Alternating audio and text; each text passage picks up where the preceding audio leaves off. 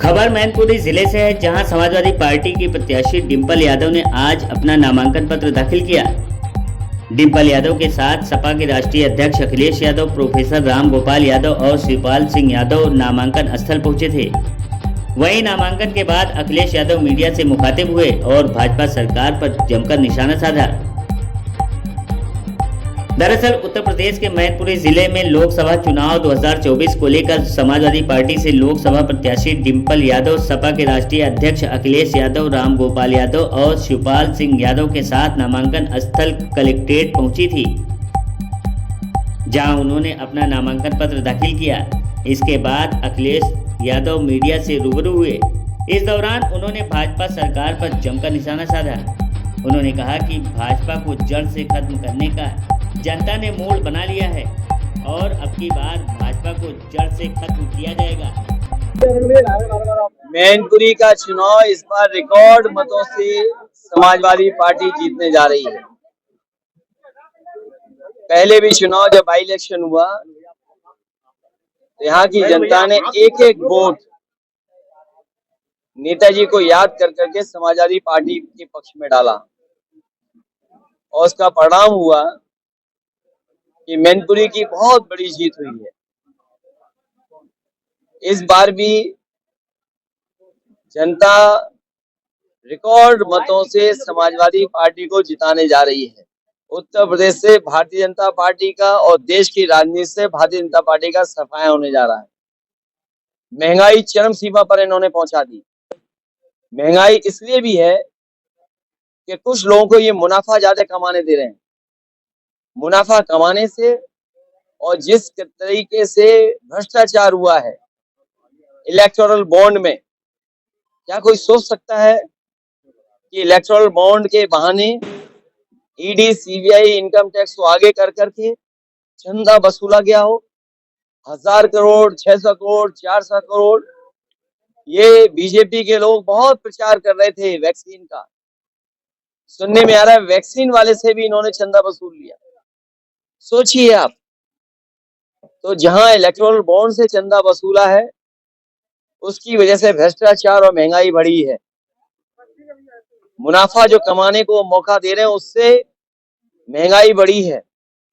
और इधर खबरें आ रही हैं और जो सरकारी आंकड़े बता रहे हैं और जो जगह जगह सर्वे हुए हैं, महत्वपूर्ण संस्थाओं ने जो सर्वे किए हैं, बेरोजगारी चरम सीमा पे पहुंच गई। 80 और 90% पढ़ने लिखने वाला नौजवान बेरोजगार है।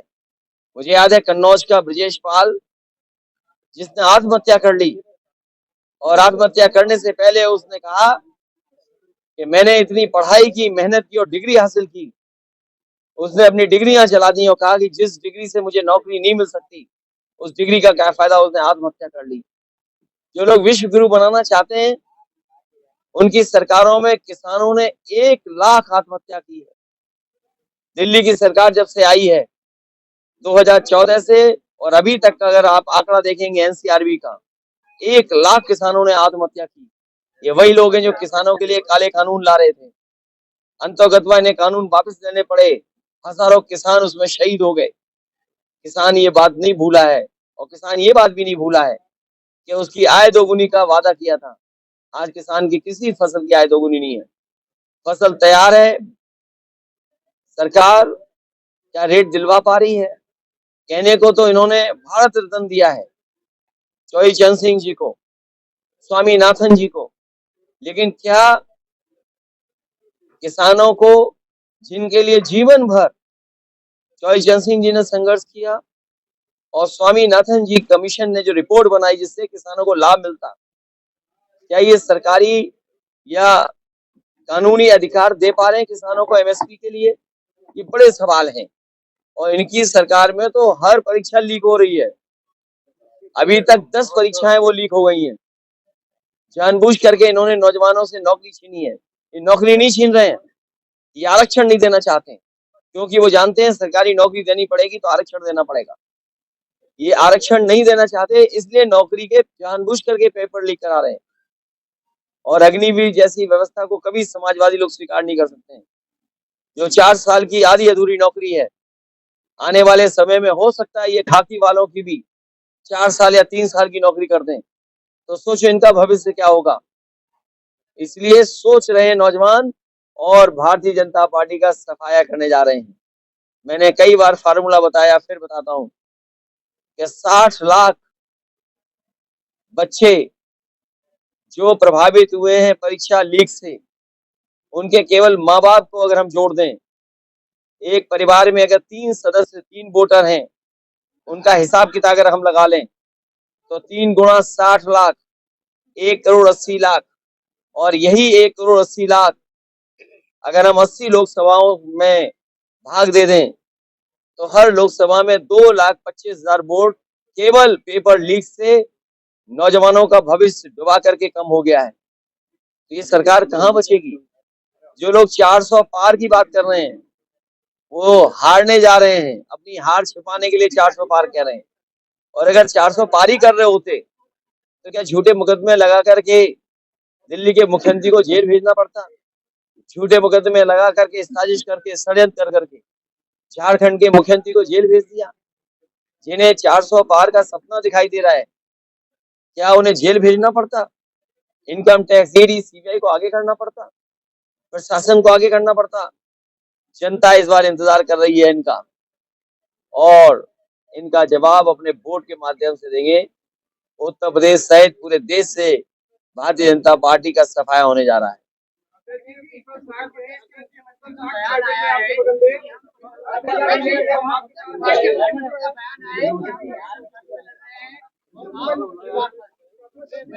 किसका है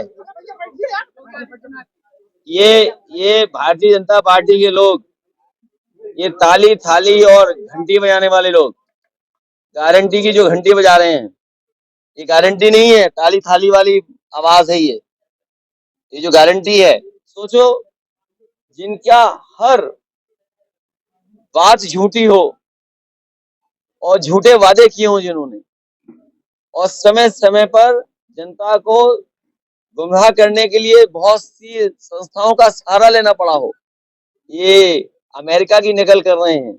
नेशन फर्स्ट, ये अमेरिका का नारा है। हमारे मुख्यमंत्री जी कभी अमेरिका नहीं गए। अरे हमारे मुख्यमंत्री जी जो एटा में जो बिजली घर बना है उसका नाम नहीं ले पा रहे हैं, वो नेशन फर्स्ट क्या लाएंगे। उम्र का हिसाब किताब लगाएं तो 2014 में जुमला आया था, तो 2014 में जुमला आया और 2024 में घंटी आई आपकी गारंटी और घंटी। तो जुमले से बड़ा कोई मामला है ये। जब जुमला पूरा नहीं हुआ तो गारंटी कैसे पूरी होगी।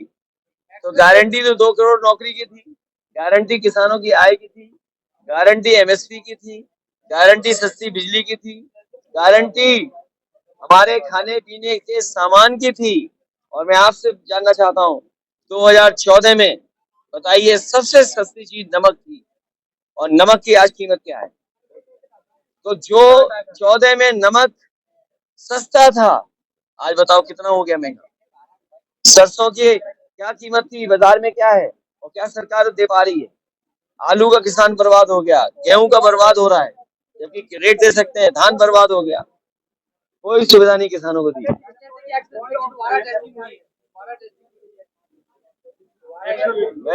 इन्होंने कोई दूसरा ऐसा एक्सप्रेस वे नहीं बनाया जहां पर कहीं हवाई जहाज उतर सके। कम से कम समाजवादियों ने ऐसा तो कुछ काम किया है। और जिन सड़कों पे आप यहाँ चलते हो 4 लेन की, ये भी सब समाजवादियों की देन है। आप लड़ सकते हैं क्या, कर आप?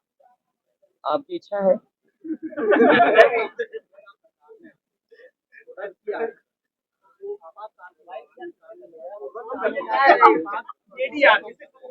देखिए मेरे साथी ने ठीक पूछा, क्या आपको पता था कि अग्निवीर जैसी व्यवस्था लागू हो जाएगी। क्या आपको पता था कि नोटबंदी आ जाएगी। ऐसे बहुत सारे फैसले बीजेपी ने लिए हैं। और हमारा साथी ठीक कह रहा है एफसीआई को लेकर के, ये ठीक कह रहा है। इसी तरह भंडारण के लिए प्रधानमंत्री कह रहे थे कि भंडारण की हम इंतजाम कर रहे हैं, लेकिन सरकारी भंडारण नहीं करेंगे, ये प्राइवेट भंडारण करेंगे। और जब प्राइवेट भंडारण होगा तो महंगाई फिर बढ़ेगी। ये देश जो 80 करोड़ लोगों को राशन दे रहा हो, वो क्या विश्व गुरु बनेगा। उनसे कहिए नेशन फर्स्ट वालों से कि तुम्हें 80 करोड़ लोगों को खाना देना पड़ रहा है, ये नेशन फर्स्ट है क्या? अमेरिका का कॉपी कर लिया नारा। एक बार अमेरिका की वो भी नकल करके लाए थे भाषण, यूके के एक प्रधानमंत्री ने भाषण दिया था, उसकी भी नकल करके लाए थे मुख्यमंत्री जी। तो ये नकल करने वाले, इनके पास अपना कोई आइडिया नहीं है। गरीबों को बांट रहे हैं, तो क्या गुलाम बनाने की कोशिश है क्या? समाजवादियों ने कहा है कि पौष्टिक खाना मिले गरीबों को, पौष्टिक खाना मिलेगा तो उनका स्वास्थ्य बेहतर होगा। और आज हर चीज मोबाइल और इंटरनेट से के माध्यम से मंगाई जा सकती है, जानकारी हासिल की जा सकती है और डिजिटल डिवाइड में सबसे बड़ी भूमिका निभाएगी। इसलिए समाजवादी पार्टी ने अपने मैनिफेस्टो में कहा है कि हम स्वादिष्ट पौष्टिक आटा देंगे। जिस तरीके से संपन्न लोग, बड़े लोग शहरों में बाजार का पैक्ड आटा खरीदते हैं, कंपनियों ब्रांड का नाम नहीं लूंगा मैं, उसी तरीके से गरीबों को स्वादिष्ट पौष्टिक आटा मिले और साथ ही में डाटा फ्री मिले, क्योंकि डाटा और आटे से ही काम चलेगा। बहुत धन्यवाद आपका।